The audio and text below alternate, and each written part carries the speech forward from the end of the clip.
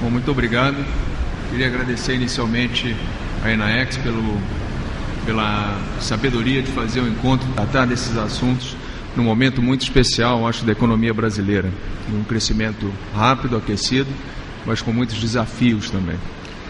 É um prazer, sobretudo, ver, depois de ouvir uma parte do painel anterior e a apresentação da Tatiana e também acompanhar as discussões no Brasil, como que os mecanismos de defesa comercial hoje são conhecidos. Eu me lembro que quando jovem diplomata na missão em Genebra ainda, e vinha para o Brasil de vez em quando, foi um dos primeiros assuntos que eu cuidei quando cheguei em Genebra, em 97, portanto. Foi justamente esse portfólio, falar de medidas de defesa comercial, tratar dos comitês de defesa comercial na OMC. E quando vinha para o Brasil me chamavam para falar sobre esse assunto, e era curioso, porque na plateia só tinha advogado e consultor. Empresário quase não aparecia, poucos setores se interessavam pelo assunto. Hoje esse quadro é evidentemente distinto, né? As pessoas sabem, todo mundo sabe o que é uma medida antidumping, todo mundo sabe o que é um direito compensatório, medida de salvaguardas, são termos quase coloquiais no diálogo entre o empresariado brasileiro. Não, as coisas mudaram então, e mudaram por quê? Eu acho que isso é importante. Mudaram porque há alguns anos atrás a medida de defesa comercial ela só era empregada pelos países ricos, pelos países desenvolvidos, por vários motivos. Primeiro, por uma questão de capacitação técnica. Os países em desenvolvimento não tinham quadros para aplicar, fazer uma investigação correta. Então o que acontecia? Fazia uma investigação antidumping, no meio da investigação já começavam a ser questionados e rapidamente tinham que retirar a medida diante das evidentes falhas no procedimento de investigação. Aos poucos foram aprendendo. O Brasil, por sorte, sempre foi um país que teve uma boa capacitação nessa área, desde o começo, embora não fosse um grande aplicador inicialmente, mas cresceu rapidamente. O Brasil sempre se capacitou muito bem, sempre foi reconhecido, pelo menos no meio multilateral, como um país solidamente, tecnicamente sólido.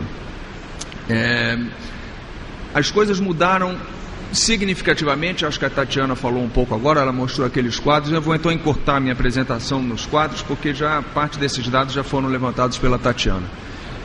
Esses números que vocês veem na tabela de medidas aplicadas não é de investigações. Os números da Tatiana eram de investigações. Aqui são números das medidas efetivamente aplicadas, quer dizer, muitas investigações não terminam com a aplicação do direito. Aqui é a aplicação do direito. Mas o que a gente vê? A gente vê aqui que entre os 10 maiores aplicadores, 6 são países em desenvolvimento. E o primeiro deles, em particular, a Índia, é disparado na frente, né, com 441 medidas aplicadas. A Argentina é o segundo país em desenvolvimento com o maior número de medidas, 185, depois tem Turquia, China, África do Sul, Brasil, etc. Algumas coisas mudaram aqui. Bom, eu acho que a mudança mais evidente, no caso dos países de desenvolvimento, é que um recurso que existia, que era o do ajuste da tarifa, esse recurso não existe mais, né? Por que os países ricos sempre aplicaram medidas de defesa comercial? Porque a tarifa tinha uma proteção, um elemento de proteção para a indústria muito pequeno.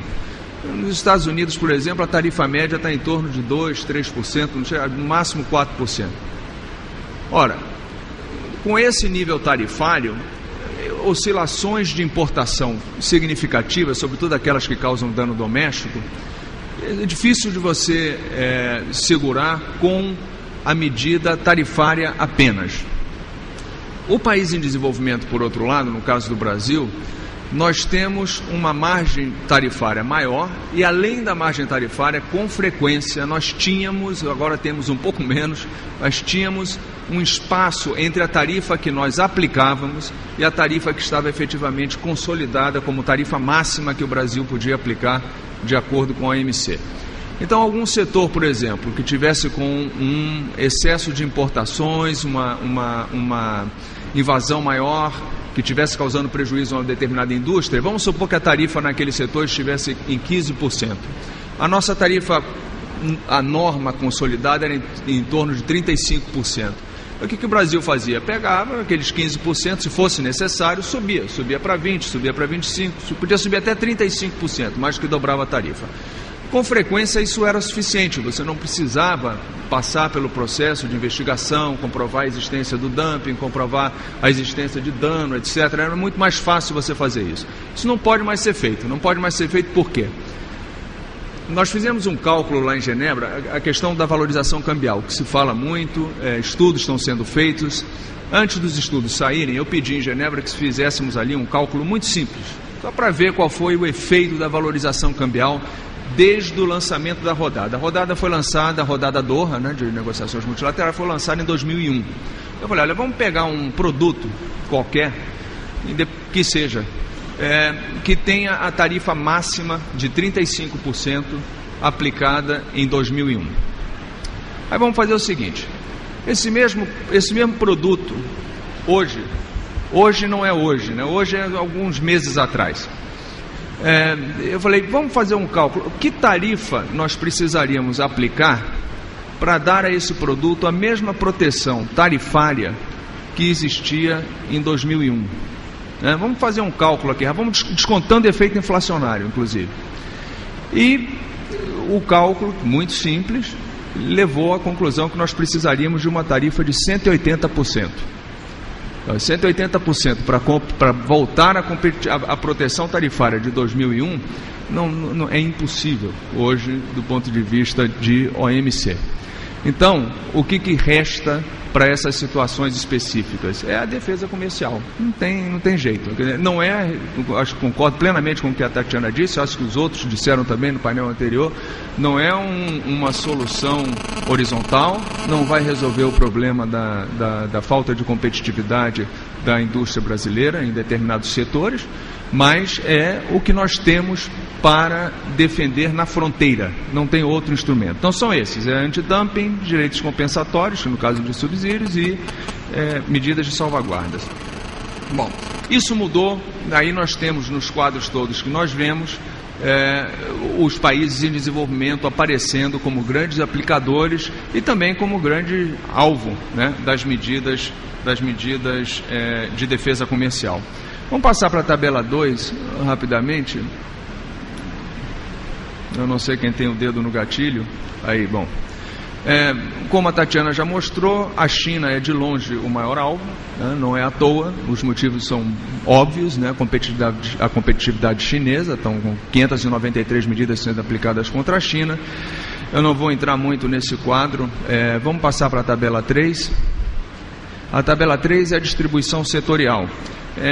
Nada mais que uma constatação de que os setores que são mais visados pelas medidas de defesa comercial são os de metais comuns e suas obras. No fundo é o setor siderúrgico, né? Boa parte dessas medidas são aplicadas no setor siderúrgico.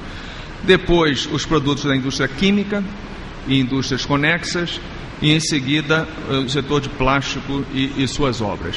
O que a gente imagina, um pouco por intuição, é que a área de têxteis também vai subir bastante com a atuação da China cada vez mais agressiva, né, nessa área. Eu queria falar então um pouco do que vem pela frente, quer dizer, do que vem pela frente do ponto de vista multilateral.